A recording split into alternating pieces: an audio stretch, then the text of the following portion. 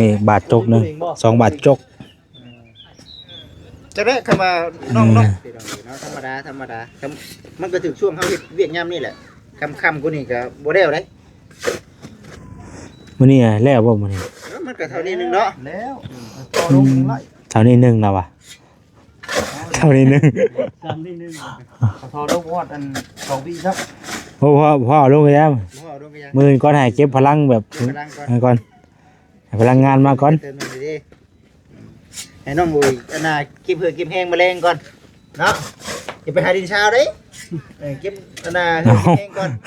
ยังไปยังมาพระเตอะตุ่นลงบ่นี่เฮ็ดเลยบอสมากับไผมื้อนี้บอสมากับไผมื้อนี้มากับนางเอกนางเอกบ่โดยสบายดีจะมามื้อไหนคือบ่แม่นผู้นี้บ่ฮะมื้อนั้นมากับหมู่เด้มันหลายเสียงเลยนี่หลายเสียงเลยนี่เป็นไปได้เจ้าบาดนี่บาดนี่ข่อยสิได้เข้านอนเฮือนอยู่บ่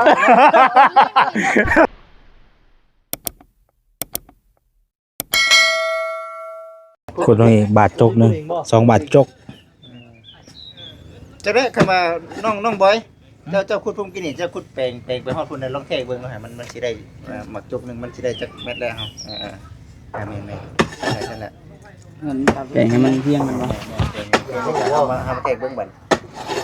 สิได้ดื้อเนาะได้บ่30พุ่นจักบัดได้บ่คำว่าฮอดพุ่นก็เอาตัวนั้นเป็นแวบบัดนี้เนาะลองเบิ่งให้เห็นเม็ดแมทมันแมทไปใช่บ่จักพุ่นบ่ได้ถือบ่จิตได้จับไปได้คิดบ่สิแม่นบ่เซ็นว่าได้เด้อมันติดดูดข่อยแต่ใดน่ะเดือนนี่เด้มันบ่ได้ไปใช้ไว้จับบาทเดียวเด้อครับพอดีบ่น้องบอยเม็ดชาวหยังสเปดเก้าเนาะพอดีแล้วก็30นี่แหละอ๋อ30พอดีเบิ่งไอ้แท้เบิ่งบัด30พุ่นแล้วเพราะว่ามัน50พุ่นเด้3 ทอนแม่น50บ่3 ทอนน่ะแต่ว่าเฮาวัดบ่ได้นั่นบัดนี้เฮาบ่ได้เอาลงเจ็บมันโพดินพร้อมเพียงหลายมันก็บัดน้ำบัดฝนตกพุ่นหยังเด้มันได้เข้าได้เนาะแจ็บหลายก็เผื่อไว้เด้ให้มันเรืออยู่วิทนาดินอีกประมาณครึ่งนึงพอดีเนาะพอดีอ๋อฉันมันคักได้บัดน่ะน้ำทางน่ะพอดีพอดีเนาะผู้นึงขุดเนาะสิตั้งใจช่วยขุดผู้นึงกันว่าเจิดลงดิว่าสิตั้งใจช่วยสุดท้ายเป็นตั้งใจชะบัดนี้พอดีพ่นคืบนึงบ่แซนเลยพ่นคืบนึงว่ะเนาะสิขุด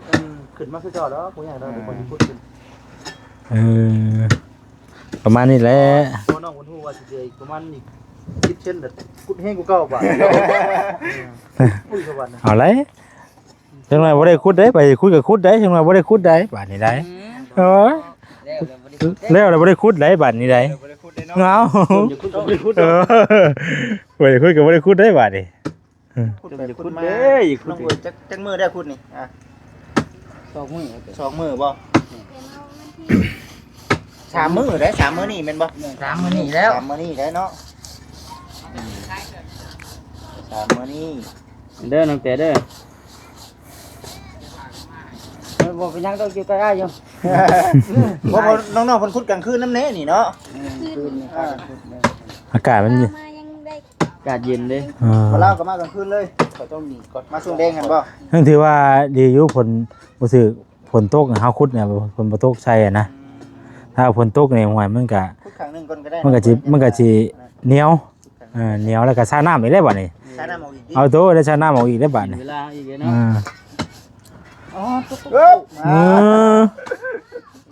ได้โฮมกันเนาะตกไปโอ้ดาวจังได๋จังหน่อยก็ได้โฮมกันได้ตินั่นก็ได้กดลูกคือเก่าแหละได้ยิน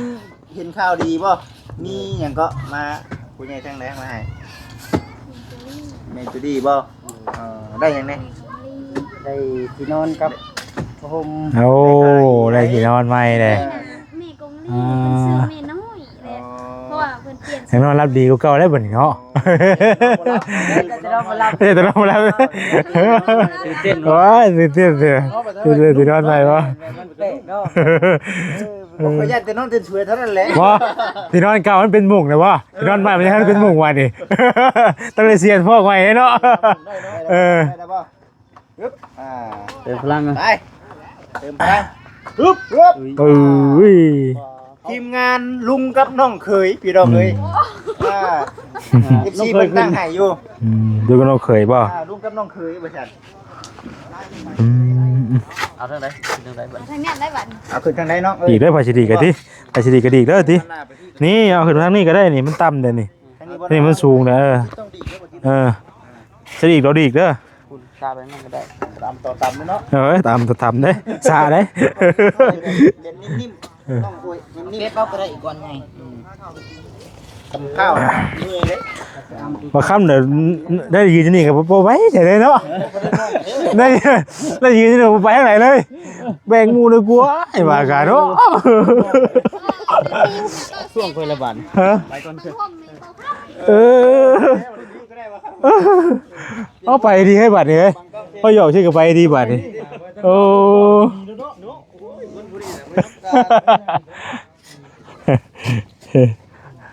รู้ป่ะมึงว่ามากับมันเราออกกับแทนนั่นหรือเปล่า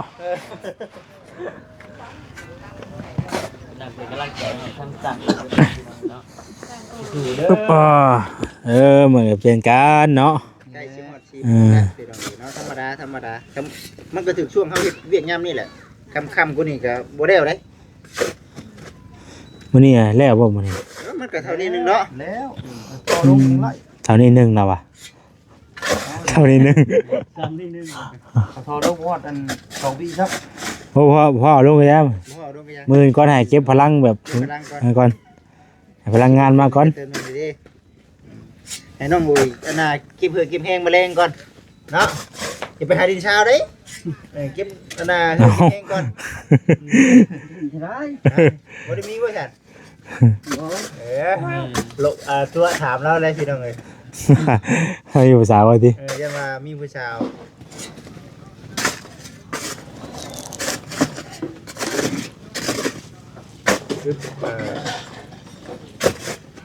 ได้เรื่องพี่น้องเอ้ยเนาะได้เรื่องปล่อยพุดนิ่ม อายุมันบ่มีแฮะ ๆเนาะเขาพุดตอนนั้นมีอยู่เฮียเนาะว่าซั่น มันก็เป็นบางพื้นที่เฮ้ย บางทีเนาะ เพราะว่านี่ดินนี่น่ะมันหลาย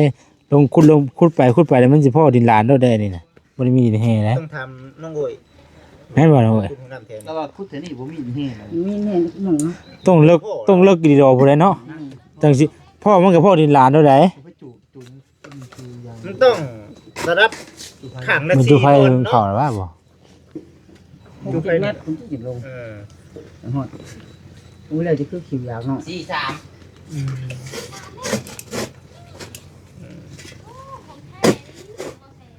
แทนบ่บ่ง่ายเด้แค่ เนาะ บ่เข้า ไม่เป็นว่าจากพวกเขา ของแท้ยังมันตัวบีเลย ไว้ได้ หาสายไว้อยู่นะ เอาเว้งของมาเซ็นไว้ สากข้าวเดียวก็เต็มแล้ว หรือว่าเป็นน้ำใสแปดบ่เนาะ บ่มันเป็นน้ำมันว่ามันเป็นน้ำวัดมันผมวัดไฟมันผมวัดไฟมันหน่อยมันก็น่าเขา เครื่องนี้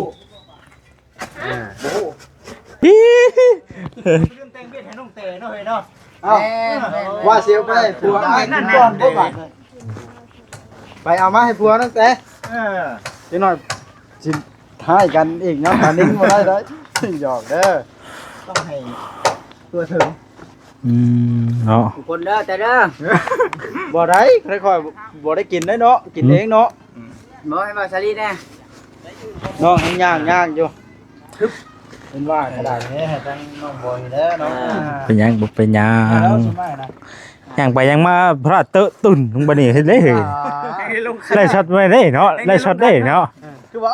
คือลงมาไว้เทพเลยเนาะยิงแต่นอนคิวดิคิวเลย บ่ดีสร้างประเทศเลย คิวได้ดิ อันนั้นบอยเว้ยอันนี้ช็อตให้นะย่างมาแล้วเฮ็ดพระตุ่มนู่นนะ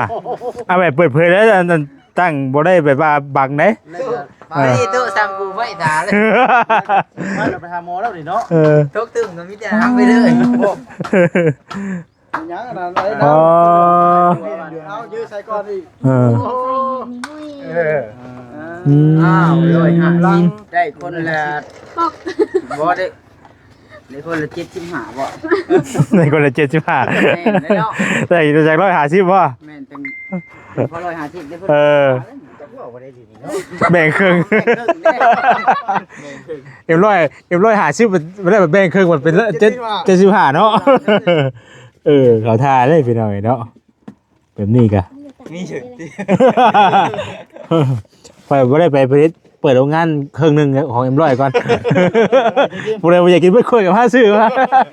บ่มีนะบ่เห็นบ่มี มีบ่ ชื่ออะไรเถื่อแล้ว เพิ่นคนนึง150บ่ เออ เป็นเครื่องละ75 นอกจาก150มี100บ่มีก็เจ้าเอาเลยตั้งคือบ่ตั้งเรียนอยู่โอ้น่ะ110ว่ะ เออ เจ้าของงานก็มักเยอะอีก โอ้ เดี๋ยวว่ารุ่นน้องอยู่มีได้รถจักรเยอะบ่ มีนะช่วงหนึงเห็นบ่ช่วงหนึงน่ะโอ้ยอันจักเงินจัก ส่วนหลายเคยเปิดมาไม่ตัวได้ขวดนึง ผู้ใดเปิดมาบ่กินก็ใส่ตุกไว้บ่ตะกี้บ่ แต่ว่าขอบใจ เส้นทางชื่อไปอีกนะแก้วต่อไปได้ติชื่ออีกเด้อติ ก็ให้ทานซื้อหลายๆเด้อขอบใจขอบใจบ่ได้ก็ได้นอกจากว่าแบบผมมีคนให้กำลังใจอะไรกับไปซื้อร้อยเขาขายเบิ่งขอบใจนะ เขาขอบใจที่บ่ได้กำลังใจไปอีกว่าดิโอ้ยกักเดลีมุ้ยผู้ใดขอบใจไปซื้อเก็บร้อยบ้านขอบใจเฉยที่ช่างว่าละบาดนี้ พาไป โอ้เราช่างว่าได้อยู่แล้วเนาะ ไม่ได้พึ่งนี่เด้อไผสิเอาพูดบัดนี้เด้อ เมื่อกี้คือว่าอันหมู่ว่ากินนี่ เราเมื่อยแล้ว เออ เราเมื่อยปากบ่ได้เก็บพลังไว้ทุดดินเด้อโอ้ได้แต่ได้นี่กันกินบ่ เก่ง เก่งย่องได้ ชมเชย จังย่องกันเนาะเพิ่นว่านั่นเนาะ ย่องกันอยู่ตรงมันกันชมเชยเอาไปเฮ้ยย่องสิย่องไปต่อไปบัดนี้ ย่องเบาสนิทเลยเนาะจะจมไปกี่เช้า เออไอ้สิลงก็ลงได้ ของคนให้เราเลย เออ เดี๋ยวคุดเด้อเฮาน่ะ ของคนให้ เอ เรา อมองก่อนๆแล้วนี่ ชวนออกเลยแม่ตัวนี้นะเฮาสิคุดเอานะอ่ะเสมอก่อนน้องมันบ่อยชวนออกก็ได้เด้อบัดนี้เด้อเอาบ่ยึดคือได้บ่ยึด บ่ได้บัดนี้เฮ้ย เอาเฮ้ยครับ สุกคน นั่นแหละเก็บทิศนึงเนาะเด้อ บ่แม่นลูกครับ โอ้ มันเป็นลึก มาดบ่ได้ธรรมดา โห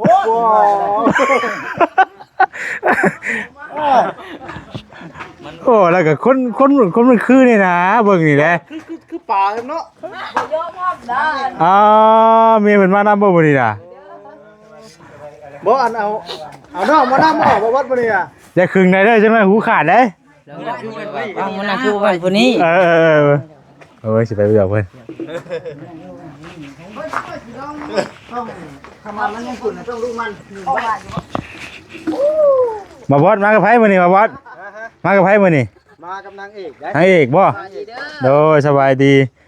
จะมามื้อไหนคือบ่แม่นผู้นี้บ่ฮะ มื้อนั้นมากับหมู่เด้ มันหลายเสียงเลยนี่หลายเสียงเลยนี่เออเป็นไปได้เจ้าบาดนี่ บาดนี่ข่อยสิได้เข้านอนเฮือนอยู่บ่ ก็นี่ก็ได้มันมาอยู่ที่บ่ โอ้ยตายเลยบ่เท่าก็จะถือช้าได้เท่าเว้ย โอ้ยบ่ได้ถือซาเลยมื้อละคนบ่เปลี่ยน ก็คือว่าจะเปลี่ยนได้ก็เปลี่ยนได้คือกันไปเออแต่จะเปลี่ยนมื้อละคนก็จะเปลี่ยนคือกันอยู่ล่ะ มีมาถ่ายเครื่องหัวบ้านถ่ายคลิปเลยเนาะ เออคือได้ว่าหยอกกันไปเนาะพอได้หัวเนาะ แม่ เออ หยอกกันเนาะ เออ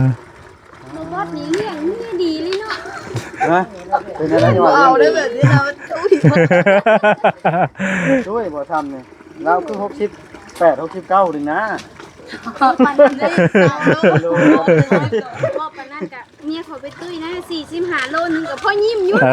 อ มี60 น้องก็ได้เพื่อจะไปเต็มช่องนี่นะ เนาะเย็นแนะนำอยู่มาใหม่นี่ แม่นเพิ่นสิโยกให้มันนอนเราไว้อาบไว้ล้างถ้วยล้างบวง เออ กัดตะหู ไหวเมื่อยแฮง นะขอบใจหลาย มาจะได้3คู่ ลองเบิ่ง โอ้สูน้ำไม่บ่บัดนี่เอาบ่ค่อยได้โยมเด้สลายอยู่เฮือนกันมีแต่กดปุ่มแล้วเนาะกดปุ่มแล้วสิๆใจขึ้นมาแล้วพุย มาแซนนี่แล้วก็นิ้วเดียวดึง ว้าวเว้ยคือกันข่อยกัน กล้ามก็จักแล้ว คือกัน โอ้ยวกเพิ่งไปบัดคุณบ่แซนบาดนี้ ฮะ ยวกเพิ่งไปขึ้นจริง แม่นบ่ นี่แล้วก็เป็นอันนี้บาดนี้ ต้นดี เฮ้ยมึงเฮากระตุกแห้งเพิ่นบ่จัก บ่มันกวนแล้วมันโตมันนอนแล้วมันลุกมาจังหวะเนาะ รู้แหละห้องบ่ได้ เฮ้ยซั่นว่ามันก็ โตก่อนน้องเต้เดี๋ยวมันชัยจังมาโยกอีก ซั่นว่ามันก็เนาะ ตัวนั้นชัยตัวนี้คุณมันสิเป็นคุณบัดนี้นะมันได้ก่อนพังนะน้ำนอนก่อนจังว่า ซั่นมันก็นอนเฮ้ยแล้วบ่ จักว่าเชิญอย่าปากดังอย่าเว้าดังนี่ประธานด้วยอันนี้ดึงเม็ดนี่ก็ยังบ่เข้าใจได้จะเข้าใจอยู่บ่ เป็นยังบ่เข้าใจ อันนี้นะแม่นตัวลุงนี่แม่น100เม็ดจังฮอดเม็ดนึงแม่นบ่ ใจ ถึงมันได้ใช่ว่าเสียนมันหมายความว่าจะได้เสียนถึง นี่นะนำ1 2 3 4 5นี่นะ โอ้อ้าวฉันบ่ก็แม่นอยู่น่ะ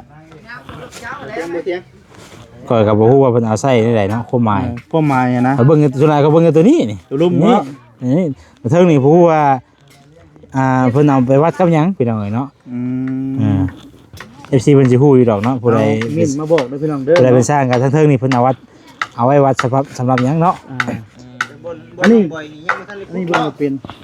ชวนซื่อฮะบ่ว่าระยะห่างกูละโตนเด้อข่อยบัดนี้ หมดเวลาหมดนาทีเจ้าได้ ตีลังกาลงเลย ปดกืบก่อนพี่น้อง ตีลังกาลงเลย ปดกืบเอาจริงเอาจังแล้วบัดนี้ เกียร์ลงอีก เอาลงดีไรไว้จะไปขี่หลังเอาลงบ่อะไรกันเนาะ เอาก่อนเอาก่อน ถึงก็บ่สวัสดีห้ามแล้วบาดนี้ โอ้ย เพื่อนบ่ถูกเลยดิ อันน้องหยัง เพื่อนบ่ทิ่มบ่ คือจงไว้เอาหลายเด้อบ่ พูดชื่อเจ้าเต็มเบิ่งนี่ชื่อเจ้าทั้งนั้น บ่ ชื่อวาสนีก็มาบอสคนละครึ่งนี่ ไปกวนกระโปรงโคตรแดงบาด เอาแล้ว ไปทางไหนก็คือทางนั้นดิ ทางไหนคือนั่นบาดนี่ เอาเดี๋ยวค่อยมาเบิดเอาเฮ้ยมึงอย่าว่าซั่นว่าซี่ได้บ่ซั่นพูดแล้วไปสิลงจัดการรอบนี้ น่า เอา เอาเลยบ่บอสแล้วสิลงสวนแล้ว เฮ้ย จับจุกนั่น นี่ นี่ โด ร น ถ ตายจำจับตัวก็เป็นนี่โดนนี่ เอาดีน่ะเนาะเราคนพึกแฮง บ่ได้เนี่ยไอ้เนี่ยตั้งใจท่วงเวลาได้นี่นะ มันบ่เป็นสงคราม เนาะถึงเวลามันคำได้นี่ ข้าแปลงก่อน จับเสื้อกับเสื้อครบ บ่ได้ จับจุดอันนี้อีก โอ้ยนี่บ่เลยนั่นแดงนับบ่วงกับบ่วงจนคดบ่ มันก็เกินไปเนาะเออ ง้อได้ข่อยง้อได้ตัวนี้เนาะส่วนเด้อพี่น้องเอ้ย คนผู้นี้บ่ได้ธรรมดาบุค โอ้เขาก็ตั้งใจสิขุดรู้พี่น้องเอ้ยเนาะมันน่ะเด้ค่ะ เราให้ได้บ่ละหลายหน่อยให้ได้เดีย ลูกมองบ่เท่าไหร่ มาทางนี้ว่าสิมาค่อยได้ เว้าอลีอะไรบ่เซ่ ฮะ เว้าอลีบ่เด้อนี่ เฮ้ย เว้าลายแล้วเราให้ ให้ได้นี่น่ะ ให้ลงมาคุดช่วยให้ลงมาคุดช่วยเด้อเด้อคือว่าแล้วนั้นมาเลย รอบแรงมวนรอบแรงพี่ ค น้อน ง คือว่าโตใหญ่อยู่นะเนาะ นี่แน่นั่นได้ ผู้เพื่อนนั่นตัวแก้วกะเนาะขึ้นเสาเลยเพื่อนเลยเติมเลยคักลายเฮ้ยมีตัวแก้วอะ ตอนที่2พี่น้องเนาะท่านใดท่านใด ก้อยปุ้ยว่าไง รู้ว่ามักจกเข่าเรือข่อยเฮงดิ เนี่ยไปแห้งหรอวะนี่เนาะ น้องบอยสูงจังแมตสูง พิเทศกันนะบ่วันนี้ แทงกันแล้ว พิเทศกันแล้ววันนี้นะ แทง คือกันนั่นแหละ ผู้คนว่ามันคลำ ลำเลย ดิ มันบ่เกี่ยวกันได้แบบ เกี่ยวเด้เฮ้ย โอ้ อ้ขอยคือแท้กูตะกี้กะ แท้คือกัน แท้คือกันน้องก็เคยแท้อยู่ เกี่ยวบ่เกี่ยว แม่น มันก็แมทคือกันเนาะ แม่นก็แมทคือกันอัน เอ นี้ อ ถึงเขายืนนั่นก็แม่เถื่อน แมทคือกันนั่นกะ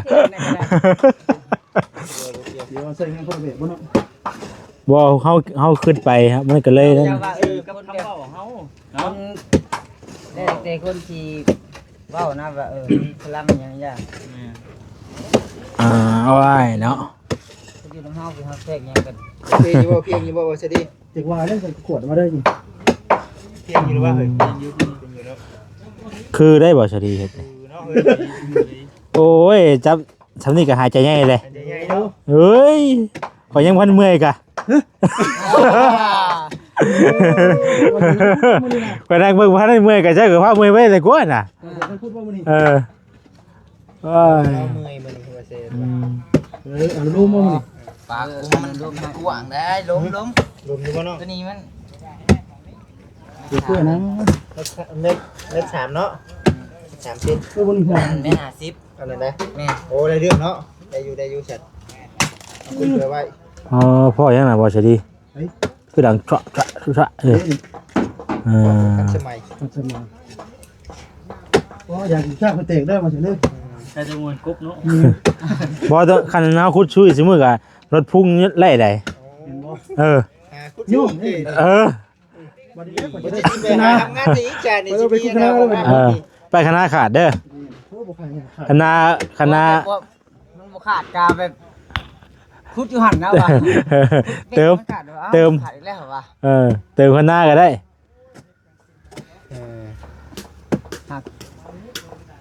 ซองเจนนี่อ่อนผัดป้องกลางมันจะแข็งๆไง เออเนาะเขาเหยียบบ่อยเนาะ เขาพูดนะเฮ้ยมันเป็นพูดอยู่ว่า ขึ้น นี่ เด้คน อ๋อ เฮ้ยช่วยมาดินะ เอา ให้ช่วยนะ ส่วนมาน้องอันนั้น ว่าสิถึงคุดถึงทั่วแล้วบ่นี่ เออ ถึงทั่วแล้วบ่นี่ว่า เดี๋ยวแปลงยังไงน้องบอยเป็นคนแปลงเป็นเดียม ส่วน โอ้ทั้งนี้ก็ได้ อ่า สูงจังแม่เฮ้ย แล้วจักเม็ดเดาดูหน่อย โอ้ยเนาะ นี่ไร ว่าแต่ เพราะว่าแล้วก็สูงได้เนาะน้องโอ้ย น้องโอ้ย ประมาณ60 หายใจกันเด้อกันนึง โอ้60ฝ่าย โลกที่ อ๋อเกิด70เนาะ ดีอ่ะนึง เสียงได้ว่ายิบ เสียม สูงไหน ขึ้นมา เงินไล่ขึ้นว่าวันนี้ ได้ขึ้นมานี่ลดประโยชน์แล้วพี่น้องเอ้ย เป็นประโยชน์นะ ลดประโยชน์แล้ว อ๋อเสียใจได้บ่นี่ นั่งไห้อยู่ไหนด้วยนะนั่งไห้เลิกเขาต้องขึ้นมา เอา ลองด่วนน้ำกันได้ เท่าไหร่ซะ โอ้โหโอ้บินมาหล่นเนาะ 12 จะไปใกล้ๆนะเอาหน่อย 12โอ้เม็ดให้มันสิเตี้ยเกินไป ได้เลยแล้ว โอ้ยบ่เสียคนเกิดมาบ่สูง เกิด เกิด เหี้ยน้อยใจเด้อ เออ เราสูงดูแล้วจักปลอบใจหมู่คู่ได้ นั่นแหละบ่สูงวะนี่บ่จิตบ่สลีได้นี่สูง สูงกว่า จิตก็สูง บ่จิตสูง63เมตร63บ่สิดี65 ข่อยมีแต่หาจุหาเนี่ย นะกำลังคิดถาม บอกก็เลยสิโอ้ยแล้วก็ลักกีตาร์ ใจดี เออ ดอกแรงพี่น้องเอ้ยเนาะดอกแรงบ่ฮ้อนเด้อพี่น้องเด้อดอกแรงบ่ฮ้อนธรรมดา ใครได้เฮ็ดกับห้อนอยู่ได้แหละ แม่นอยู่ เออ เปลี่ยนกันลง เปลี่ยนลงเปลี่ยนขึ้นเปลี่ยน มัน ล ยัง ง เดี๋ยวมาครั้งพูดได้ว่ามันนี่ อ่าเฮ็ดบ่ปากได้กันเนาะเฮ็ดบ่ปากได้กันเออ ว่ามันเป็นจังว่า เออ ว่าสิเงียบอยู่ได้ยินสิเงียบอยู่ บ่ได้มีได้ชื่อได้เดี๋ยวครับมันมาแขกผู้มีเกียรติอันเชิญออกไปแต่ละวงอยู่ไหนแต่มีชื่อต้องได้ออกได้บ่อยากพ่อก็ต้องเฮ็ดเอาได้ เบิ้ลเลยกันได้บัดนี้แปลงขอบมันบ่ เป็นขอบก็ทำเป็นขอบก็ได้ ได้ไม่มีปัญหาดอก เอาอยากให้หมู่ครูได้ออกกำลังกายน้ำกันนะ เห็นบ่ เอา อุตส่าห์สิเงียบเลยช่วยกันพี่น้องเนาะ ใหม่ละมือ เพื่อสิเป็นห้องน้ำกับบ่ธรรมดาเนาะ เป็นเนาะ อ๋อ หาอุปกรณ์ก่อนเด้อเด้อ หาอุปกรณ์ทางนี้บ่อุปกรณ์มันมีให้เบิ่กอ่ะ นี่ เสียมเด้เพิ่นเสียมเด้ มุดไปทางไหนเราเห็นนั่งลายเป็นมุด งามพี่น้องเอ้ยเนาะคัก พี่น้องมีตัวแก้วแล้วกับบ่อยู่แล้วไปเยี่ยมลูกดูรักฮกพี่น้องเอ้ยเนาะอ๋อมีฉากข้างในบ่วัดนะคักแท้นี่เนาะฮักกะลีนี่เนี่ยน่ะ สามตัวแก้ว ใส่ตัวแก้วบ่ แม่น โดยคักๆเนาะน้ำมาแล้วบ่ ๆมาแล้ว มาเลย คอยหาล้างก่อนเด้อ โอเค จะได้เฮือนบ่แซน ฮะ จะได้เฮือนใหญ่บ่ เชิญโอ้สุดยอดเลย ตักแห้งเนาะ คักงามโอ้ยไปใช่พี่น้องเนาะขอตัวลำลาไปก่อนพบกันใหม่เด้อพี่น้องเด้อผิดพลาดประการใดก็ขอโทษขออภัยหลายๆพี่น้องสำหรับคลิปนี้ลำลาไปก่อน พ่อเลยบ่นี่ สบายดี